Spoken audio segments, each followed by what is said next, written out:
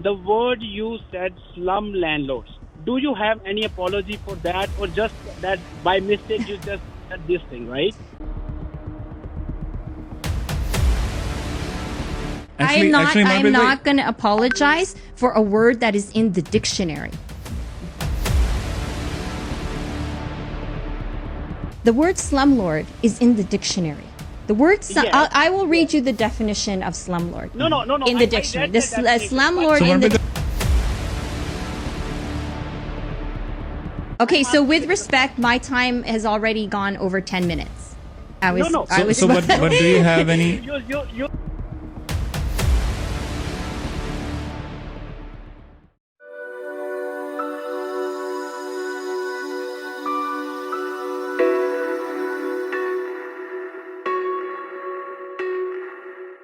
upon thousands of residents. Just one. Just one. Okay, so thousands upon thousands of residents, particularly in these areas being piloted, for many years have been complaining about landlords who would neglect their property.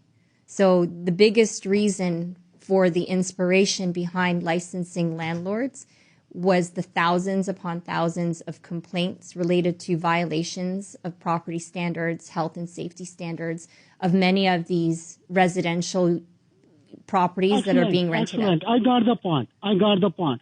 So my question is, now at this moment, City of Brampton, don't you have enough bylaws to deal with the property standards?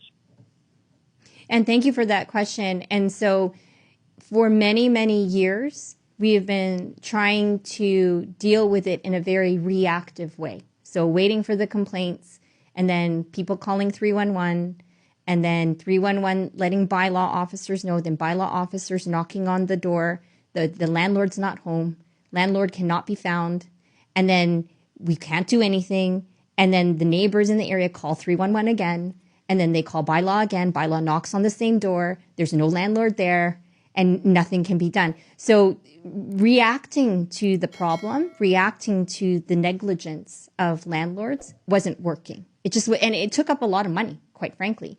And so what we've done with licensing is we are now more proactive. So we're saying to the landlords, every year, these are the rules. You need to follow the rules. We're educating all the landlords, because some of the landlords are hard to find because they don't even live in Brampton. Mm-hmm. Sometimes they don't even live in the country. And so now we're really trying hard to be proactive to figure out who the owners of these properties are, and every single year reminding them of all the rules. So, yes, here's the question now. Now the real question is, so city has bylaws, so people are now, city is using reactive approach, and people are not cooperative in that way. So now, how RRL, the additional tool, will help the city to enforce whatever they cannot enforce now? Actually, I think this is a very valid question, because we have discussed that last time. Mm-hmm. Because if city wasn't fully equipped to enforce other formalities mm-hmm. or other requirements before, so now from where will they get the mm-hmm. staff? From where will they get the equipments? Mm-hmm. From where they will get the staff? Let me rephrase my question. My question is, if city is not, at this moment, city is not able to enforce whatever the complaint, city is not able to enforce their bylaws, how does RR will assess the city or enable the city to enforce? Okay. So, and that's the whole intention of being proactive with the license. Because once you get a license from a landlord and you renew it every single year, the contact information and your contact of who owns the property is actually there.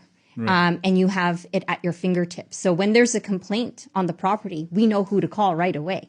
Versus right. what's happening right now, but Rowena, which still, is knocking on people's doors. As Mr. Hazara asked, so if any landlord is not ready to register mm-hmm. his or her unit with the city, as I mentioned earlier, so now what will make him or her to register mm-hmm. or to get this license? Mm-hmm. So if you don't get a license, and your property is known to be a rental property, and you continuously get violation after violation after violation. So what would be the circumstances if anybody is not registering? So if you get violation after violation, your fines will escalate, right? Your fines will escalate. And if you don't pay the fines, they get added to your property tax bill. So still they have time until June 30th or? To get their license. Okay. They have until June 30th to get their license. So Zarazi, I have four more Well, actually, callers. that's not true. They have until the end of the year to get their license, but they can get their fee waived. They can get their license fee waived if they get their license before end of June. Okay. So Zaraji, just one more last question. Otherwise, I'll have four more callers actually. Thank you. Last thing. So my question is, at this moment, without RRL, why city cannot keep escalating the fine now without RRL? What is the trouble? So we can, with RRL, we want to escalate the fine. Why cannot we escalate the fine without? Thank you so much. Okay. So why city is not enforcing all those points right now? So all of that is going to be enforced, right? Okay. But the challenge here is that, for example, I'll give you an example. There are a lot of houses that are going up for sale. Mm-hmm. Many of those houses have registered units. Right. And when they're up for sale, there's a new owner. Because the city of Brampton has no way necessarily of figuring out who that new owner is. Mm-hmm. And the licensing program every single year requires a renewal, which means that the contact information of that owner needs to be updated accordingly. Right. So we have four more callers, and I think these four calls will be the only four calls. After that, we will not be able to take any other call. So next is Mr. Parminder, then Ravi Sohol, then Harjinder, and 1248. So these are the four callers. Parminder ji, you are on air. Thank you, Mr. Harjinder, for taking my call, and thank you, Rowena, for taking time to explain all these steps. So one thing that you just mentioned, like past point, if a new owner buys the property, I think he automatically gets registered with the city because the city of land transfer tax and the property tax, they automatically get registered lawyer into the new owner, right? So city should obviously maintain those records. So my main question was, because city is getting many complaints regarding maybe the uncompliant units or maybe the owners or the tenants not maintaining the standard of the properties. So these complaints are basically coming from the tenanted properties where there is a garbage overflow. I don't think personally I am the owner of the house that I will not maintain my property or I will keep the garbage overflowing so that my neighbors complain on me, right? So they are coming mostly from the tenanted properties, or if the owner have leased the property to more than like 4 or 5 people and there are 10 people living there and there are 10 cars parked on the driveway or on the road. So why city has to punish just the landlord for this? Because landlord has signed the lease with 4 people, but there are 10 people living there who are creating all that nuisance. That's what the complaints are coming from, right? So instead of targeting the landlord, will city take any proper measures to punish or to fine those tenants so that even they know how to live and how to keep and maintain the standard of the property? Thank you so much. All right. Thank you, Parminder. Yeah. So that's, again, it's the landlord's responsibility to make sure that they have good tenants, right? It's not the city's responsibility to make sure that they have good tenants. It's their business. They're renting a property. They're making money. It is not our responsibility to cipher, to scan, to screen who is living on their property, number one. Number two, and the landlord-tenant board can deal with any issues related to landlord and tenant relations. Number two, the landlord is the property owner, correct? Yeah. So it's the city's job to only deal with the property owner. So whoever the owner is, so even the responsibility was on tenants' side too, but city is just enforcing landlords only. We're enforcing the property, right? So we're enforcing the property. So is city protecting the rights of the landlords in terms of if any time the landlord is having some troubles from the tenant side?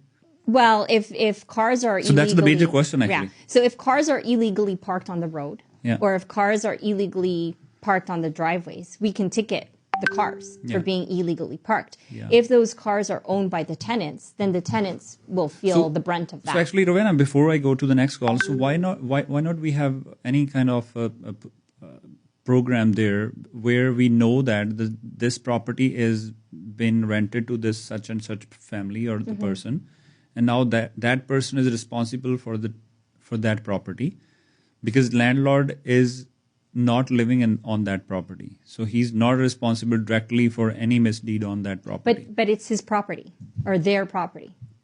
It's their property. Yeah.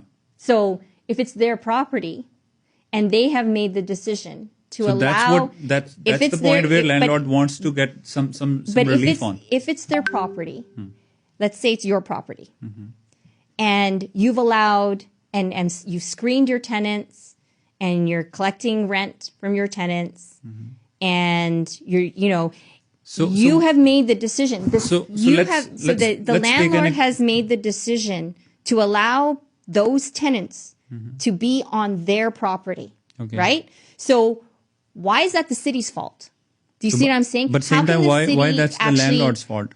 Because the landlord made that decision. So in commercial, but in commercial world, so actually, but in commercial world, I think things are on different side. In commercial properties, why not on the residential properties? You're going to have to ask the province. So the province of got Ontario, the point, right? Yeah. I understand, but the province of Ontario is the one who, again, deals with the relationship between the landlord and the tenant, right? Okay. It's the city's job to uphold the standards of the property. And the only way we could uphold the standards of the property is to deal with the property owner. Because I know there are many points where I think nobody will have any issue, but these are the few points where every landlord will be worried about, and they wanted to address those issues too. So let's take next call. Mr. Ravi is there. Raviji, you are on air. Thank you, Mr. Harjinder, and for taking my call. Mr. Harjinder, I may not have the direct questions to our counselor, Rowena, because I've already heard so many times, and there is not any concluding answers which I'm getting it. But I just want to make a few points of that.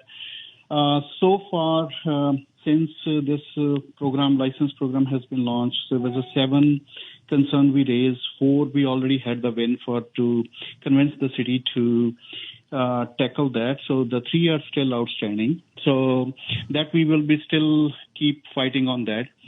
But I want to make a very point clear. When the housing provider is providing the house for the rent, this particular landlord and the tenant relationship and the housing provider relationship is the key pillar for the society, who is giving the affordable housing to the city, to the country, to whoever is living here, right? So city is just tossing the ball to the other court when they cannot resolve the problem, dropping it to the province, and going back to the federal. So that is always happening, right? So they are not taking the accountability. First of all, they are saying that landlord is renting out, that is a landlord responsibility. So it means the housing provider, if it is contributing, it is not happening now. It is happening from the day one landlord-tenant relationship is already there. So city want to make the safer haven place to live for the tenant, but cannot make the tenant to be accountable. So if anybody has on their license, either it's the tenant or the landlord, if the tenant is living in the city, so that person does not have accountable to the city laws. I think that's not a fair thing, because whoever on their civic address, on their license has the address, doesn't matter what the ownership of the property and what kind of the house they are living, they are should be compliant with all the city bylaws. That's my point on that. And another thing is, which I want to make it, property, city is in this program only targeting the landlord. They don't have a jurisdiction with the tenant. It's already accepted, and city cannot do that anything, right, with the tenant. So they're going to be putting into the problem. So to be very honest, and we are waiting for that. Whenever this kind of the situation will happen, we will be pull the city to the court. And to be very honest, because this is what we are as of now. Whenever these situations will coming, So we will be making the lawsuit, and then will we pull the city to the court, and on the point of that, how the enforcement is happening, because already there are the court judgment. Whenever we rent out the property, we make a lease agreement that is the legal binding between the landlord and the tenant. So responsibilities are shared. It's already in the one of the property, the court judgment in the city of Vaughan as well. So walkway was not cleared by the tenant, which is the tenant responsibility according to the lease agreement, but city was putting on the landlord, but the court gave the judgment in the favor of the landlord. It's not the landlord's responsibility because city cannot make any bylaw if that is conflicting with the other one. And that is exactly going to be happening with the RRL. Right. The reason what I'm telling it, I'm coming from the Federation Private Housing Provider report where they give the evidence and look for all the different cities where this license has implemented. Look from the City of London. Their budget since the 2013, it is increased, enforcement has increased by 13.9%. That is the exact figures from the City of London. And that is exactly going to be happening in the Brampton as well. Right. Already we don't have the enforcement for the existing bylaws. Now we are creating the extra bylaws that will again come with the enforcement and which will be giving the extra burden on the taxpayer money. And definitely our city council does not have the accountability. So Raviji, we will have to make it brief for today. No, that's all, Mr. Harjinder. I just want to make the point. Right. I don't have any question because I have given so much material over there, and with the going in the future time, and that we will keep doing it because we are not getting the right answers to the city because we will take it to the legal way to get these answers to where we can have the right persons to give the right answers. Okay, Raviji, thank you so much for your points. Thank you so much. So, Rowena, you wanted to say anything, or either? I had difficulty following, and I don't know if there was a question. Okay, so let's take the next call. Next two last calls, Harjinder and then 1248. Harjinder, you are on here. All right. Thank you, Harjinder. Thanks for taking me on call. So basically, I have heard so many questions answered, so I might not go into those. So in this RL program, the pilot is for few wards. It is not for entire Brampton. So that's why it's pilot project. Okay, I understand. Okay, when I go through the last 2 years data on the house fires where the people burnt out and there were so many deaths, I see out of 4 or 5 fires, most are above the north of 𝗚𝗲𝗱𝗏. Okay, so they have not included those wards where they have clear evidence that there are the property standard issues. Okay, I don't know how they have selected these wards. Okay, but the problem is, so if they have some data points like the fire safety rules, they are more probably showing based on these 3-4 fires. They are in those wards, they have not included in it. Okay. So why not? I don't understand first if they have any answer to this or what data point they included. If they don't include house fires, then probably what would be the bigger data point to include. Okay, Harjinder. So let's hear Rowena now. Yeah, thank you for that question. It's an important question. So back in the spring of 2023, there actually was a report that showed a heat map of all of the various non-compliance as well as property standard complaints related to additional residential units. It was a bylaw enforcement report in the spring, which showed a map of all of Brampton divided by the various areas in Brampton and major streets. And you could see on the heat map, the highest concentration of complaints were actually within wards 1, 3, 4, 5, and 7. Originally, we were only going to have the pilot program in wards 1, 3, 4, and 5. But then Councillor Power in Ward 7 also noticed a huge hot spot in his area of Ward 7. And in our deliberations on council, we actually added to the motion that Ward 7 should be added because that was on the hotspot map or on the heat map of complaints, that was the highest concentration. But to the caller's point about the fires, so the fire data is only one data point in terms of what we've decided as a pilot in this area.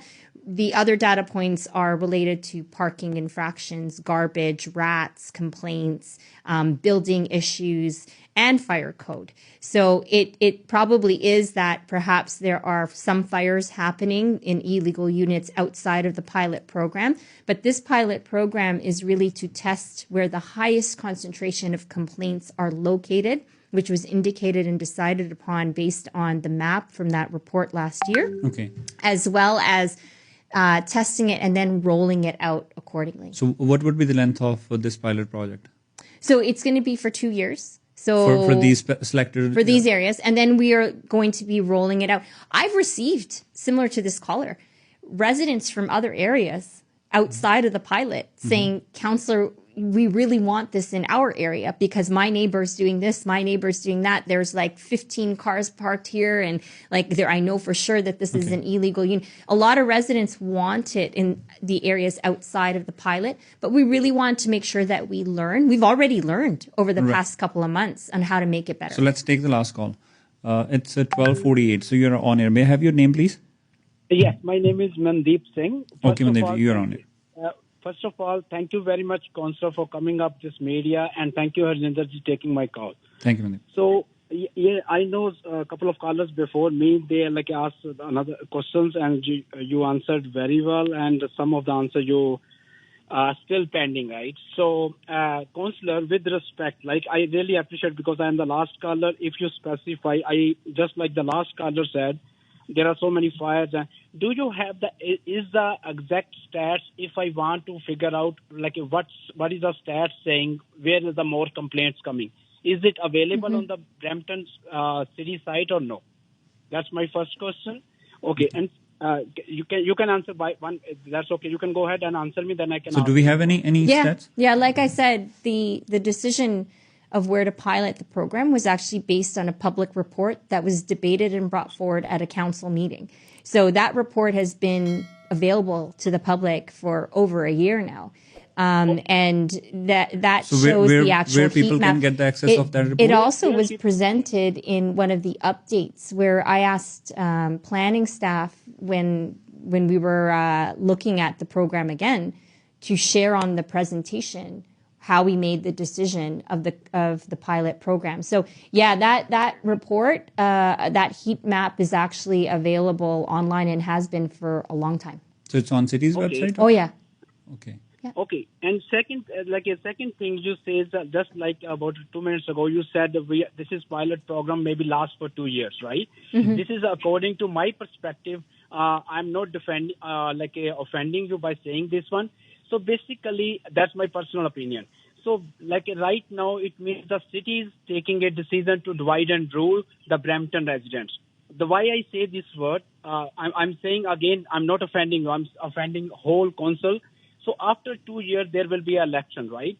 So now you are starting with pilot project, this couple of wards, number 3, whatever, 3, number 5, number 7, right? So basically, all the another residents, they are not cooperating, they are not taking an initiative to either pro or con, because they says we don't care. But ultimately, it will affect them. So when right now, Brampton is divided because they don't have the clear concept. So when the 2 year period comes and election comes, and you know that, and after the election, when you guys go for the voting, I'm not just saying you, whoever is running for the council, they says we didn't do this one. Right after the election, they will implement the whole city. That's the city plan.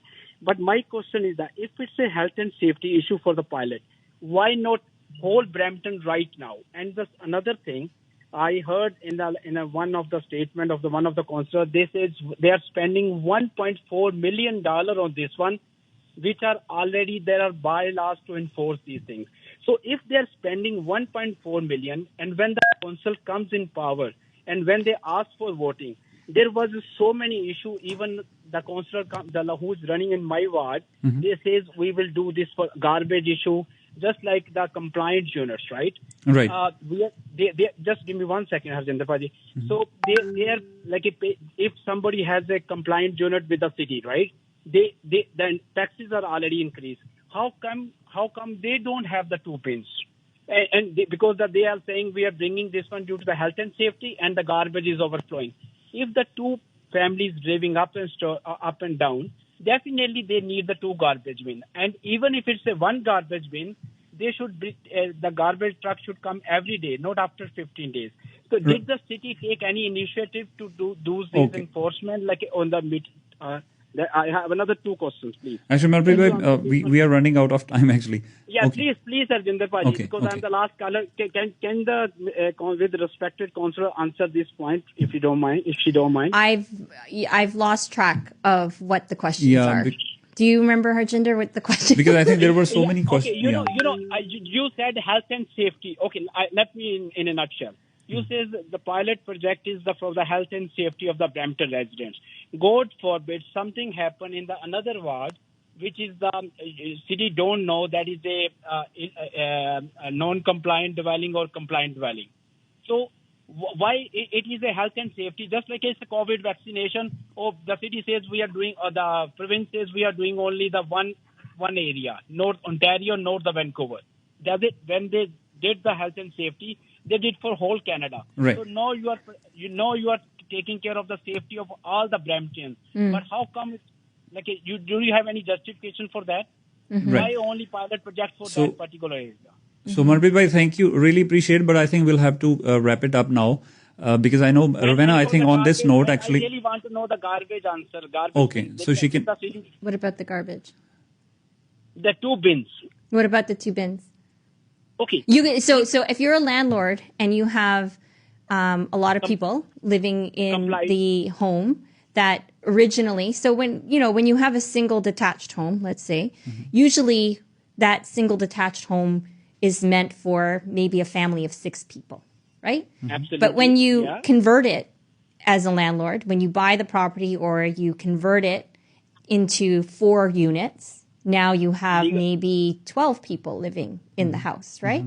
Okay. As any property owner in the city of Brampton, the whole region of Peel, can call the region of Peel at any time and ask for another garbage bin. At any time. They can order it online. They could order it online and ask for another garbage bin.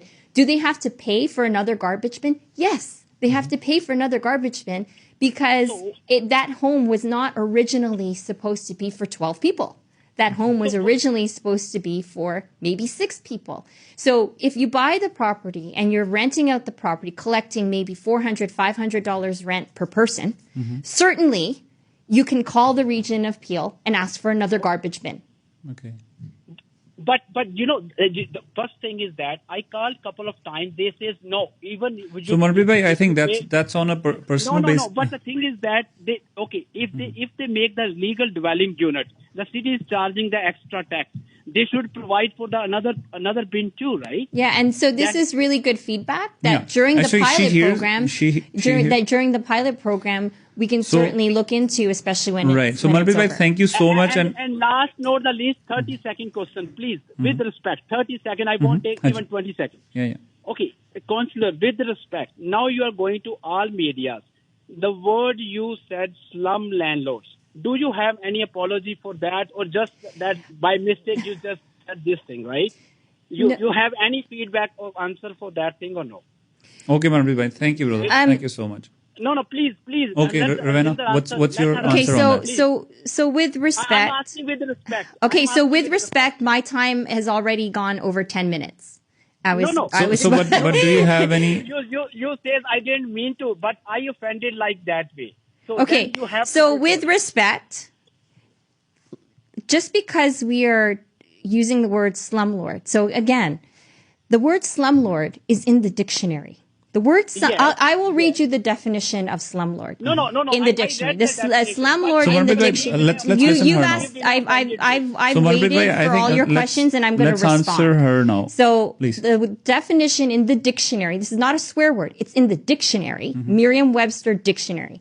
I'm going to read it again. A slumlord is a landlord who receives unusually large profits from substandard, poorly maintained properties. This is exactly what we're trying to target. We are trying to target landlords who receive unusually large profits from substandard, poorly maintained properties. That is literally the definition of slumlord. Now, there are people who are saying that we are calling everybody slumlords. Right. That is absolutely false. So, Manpreet bhai, I think that's a different debate now. So we'll have to finish it up. The thing is that everybody knows that under the human rights, if I perceive that way, she should be sorry for that. Means when or just say, "Oh, I didn't mean like that." At least just a gesture. I'm not going to apologize for a word that is in the dictionary. Right. But in my dictionary. So Manpreet bhai, actually she has answered that. Now the public or the listeners has to decide what they want to decide. Actually, I think we have provided her the platform. We have provided the platform to the listeners. So now I think we should wrap it up. Not a problem. But anyway, thank you, brother. Thank you very much. Really appreciate it, brother. Thank you. So Rowena, see, you have heard the questions. Still, people are worried. Still, people have their concerns about the same program. So, do we have any chance for those people still they can make their complaints, or they can still go against this program, or it's final? They're always, listen, when there is some change. You know, I think that many landlords, especially the slumlords, or especially landlords who have been getting away with non-compliance, they have been getting away with things for a while. And we now at the city are reining it in because of the amount of complaints that we've received about these poor properties, neglected properties, landlords who are being irresponsible, not following the rules. And because we're pushing back and saying, actually, we need to make sure you're accountable for your property. Because we're doing that, right. Of course, there's going to be some resistance. There's always going to be resistance to change. Always. Yeah. And because, you know, they are still the Bramptonians. So they are not from any other planet. So that's why they expect it to be treated on the same level. And that's why I think they are a little worried and concerned. And that's fine. So my advice is, you know, number one, we've listened to the feedback. We've streamlined the process. We've done everything we could to make it easier for landlords to get their license so that they can be accountable. Right. We're addressing many of the concerns in a more proactive way of the other Bramptonians, thousands of Bramptonians who've been complaining for a long time about these properties. Right. So if they have more concerns, they can certainly provide feedback. But ultimately, there are people out there who are opposing for the sake of opposing, who are opposing because they don't want it, period. And that's not going to be the case.